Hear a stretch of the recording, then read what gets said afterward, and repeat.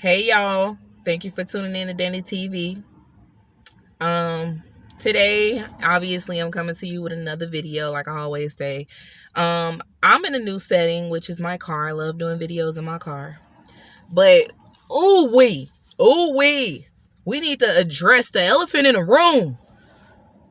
I'm not about to play about this no more, for real. Like, we literally need to address this. We're going to talk about racism 2023. Yep, I said it. We about to talk about racism 2023. And if you don't like it, maybe you should find somewhere else to look at somebody else's videos and just, this is the harsh reality though, y'all. It's the harsh reality.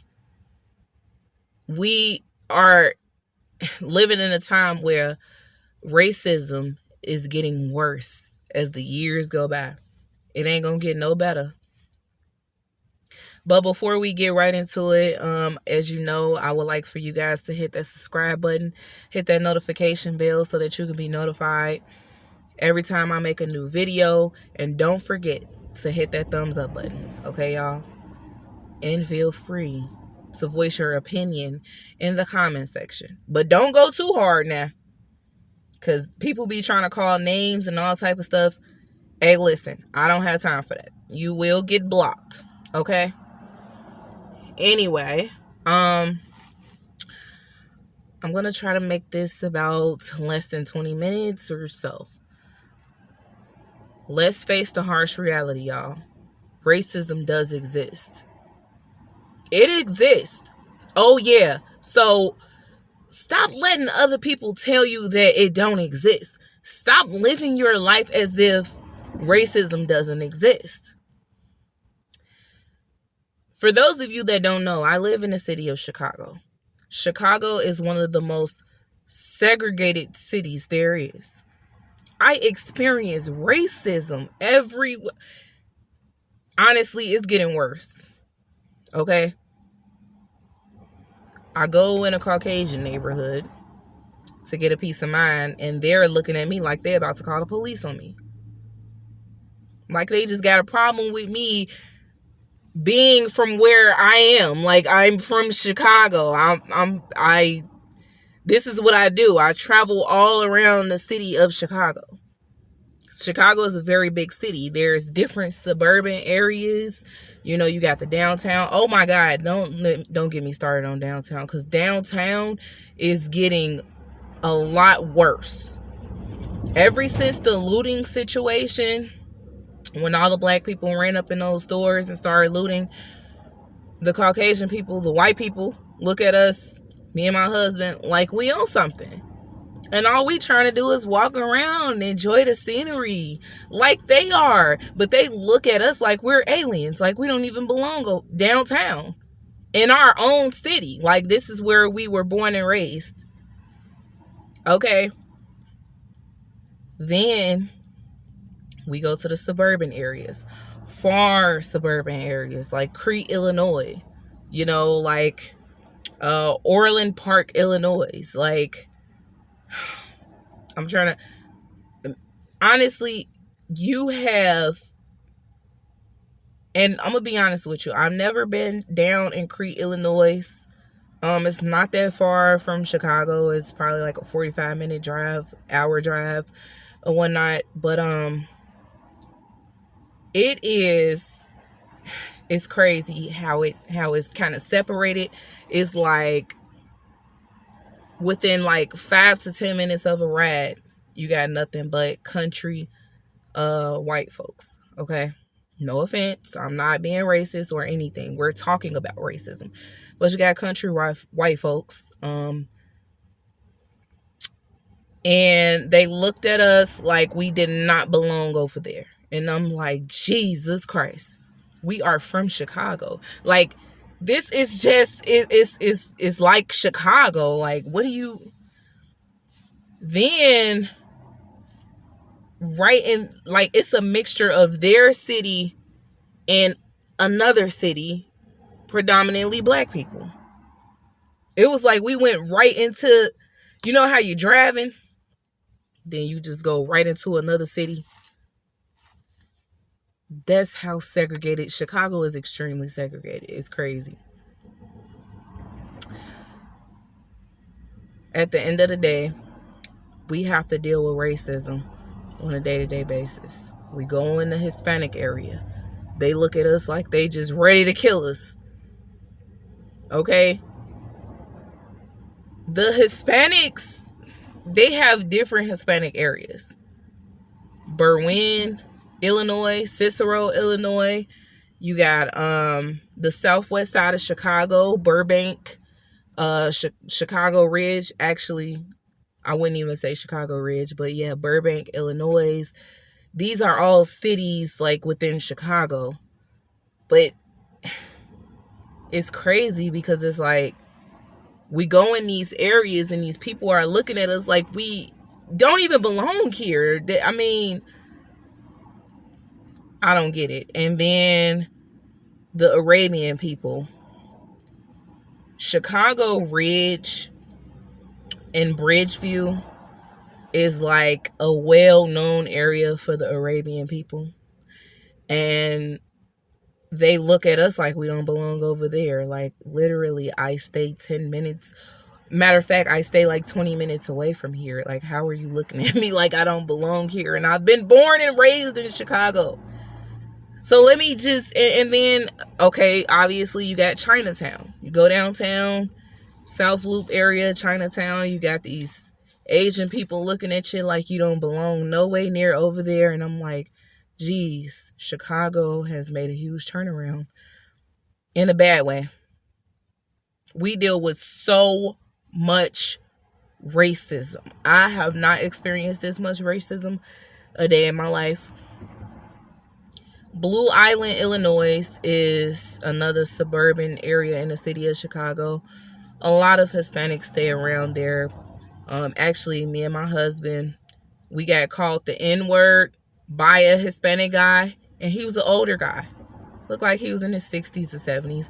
He tried to bust out our window. This was like, what, a last summer or a couple summers ago? I mean, it was crazy. He called us the N-word, and I'm like, bruh, we travel within this area all the time. We make stops over here all the time. That's how I know it's getting a whole lot worse. So this is why I want to address the elephant in the room. Because I know a lot of Black people are experiencing this as well. You can't sit here and tell me that you ain't seeing racism at an all-time high. I mean, the year ain't even started all the way. I'm not here to come at anybody, because you do have some nice Caucasian people. You do have some nice Hispanics. You do have some nice Asians. You do have some nice Arabians. But we have came across a lot of people that don't like Black people, that has a problem with everything that we do. And then once you address them and you tell them what it really is, it's like, oh, don't bring racism into this. Oh, no, it's racism. And this is why I want to talk about it, because, see, people try to make it seem like I'm not being racist. You are being racist with your actions, with the things that you do. See, back then, racism was physical. And now we live in a time where racism is in the mental. It's a mental thing. They do certain things. They say certain things. And you like, wait a minute. Don't you think that's kind of racist? You know? For instance, I had a white lady that I know. She was having a conversation with me, and she was like, well, where are you from? Where do you live? And when I told her the area, she was like, oh, I'm not going over there in that area. That is just too much poverty for me. And, you know, where I'm from, we have a lot of rich people in our area, and, you know, all the kids go to school over there, and they're just all about the family. And I'm looking at her like, wait a minute, you ain't think what you just said was racist? This is another thing. They put us black people in these situations to have to kind of like live in poverty anyway. They make it so hard for us to be able to get a house in a really, wealthy neighborhood. They try to bring on, when you searching for a house, they try to bring on all these different type of requirements that is impossible for a black person to meet. And you like, wait, I don't have a credit score of 750 or 800. Geez, how can I make 5 times the rent? And I mean, like, say for instance, if I make $3,000 a month, you want me, and my rent is, and the rent is $1,500. You want me to make 5 times that amount? Jeez, for a 2-bedroom, 1 bathroom, and I've been working for 25 years, say. I'm just saying, like, I'm just making up some stuff. But I'm just saying, they make it so hard for us, though. Like, one time, a long time ago, me and my mom, we went in a rich, well, I would say like middle class suburban area around a lot of Caucasian people. They had an open house. Everybody was invited, you know what I'm saying? And I really wanted to see the house. We both wanted to see it. We were looking for a home. It was a 3-bedroom, 2.5 bathroom townhome. Very beautiful. And when we walked in, the lady, of course she was a white lady, she looked at us like, what are you doing here? I'm gonna just keep going. So she was like, yeah, you could take a tour around the house. And she just started showing us everything. And then my mom was interested, and she's like, how can I fill out an application? The lady kind of like blew her off, and then she was like, well, honestly, you can fill out the application, but we have a lot of applicants, by the way. A lot of people are interested in this. Like, why are you telling us that? As if we don't even have a chance at getting it, pretty much. Like, if you don't mind me asking, how much is your income? Like, how much do you make? And it was like the way she said it, it was kind of like, I'm expecting you to be below the poverty rate type thing, and it was kind of like we didn't really have a chance at getting it. She made it to where we didn't. My mom filled out the application and everything. That lady was so desperate to hurry up and send her a denial letter. Like, my mom, at that time, my mom made a lot of money. Like, she made a lot of money. She's been on her, I ain't gonna say job, but it was a career. She had a career for a very long time. Probably about 32 years at the same position. She showed proof, bank statements, everything. This lady was just desperate to send a denial letter. So us as black people, we got to experience racism in the most bogus ways. You know what I mean. You go to take care of some business, you got a bill to pay. For instance, this is another example, y'all. I had to go pay a bill, right? And honestly, it was in Oakland. It's like it's Oakland. You get a lot of white people, black people, everybody, is just a mixture of everybody in that area. But I was trying to go pay a bill at this currency exchange. And these 3 Hispanic ladies actually it was 2 Hispanic ladies and 1 white lady in there. I went to the white lady and I'm like, I told her what I needed to do. She came off I could feel that she had an attitude, but I didn't want to call her out on it just yet. So she told me how much it was going to be. I said, I'll go to my car. I'll come right back. I came right back in and she was doing something. So at that moment, since she was doing something, The Hispanic lady that was sitting at the desk was like, "What do you need?" And I'm like, "Excuse me? I'm asking you, what do you need? Do you need help with something?" I said, "I was just in here, ma'am. I told the lady I was going to come back. And then I told her what it was. She talking about, give me the form." I said, "Wait a minute. Hold on. I don't like how you talking to me. I don't want any service from you at all. I don't even want to do business with you or anything like that." I told the Caucasian lady that I was coming right back because you tell her to come back to the desk. So the white lady walks back over to the desk, straight attitude. And I'm looking like, geez, what did I do? She's like, "Give me the form." So I slid the form underneath the glass window, and she snatched it from me.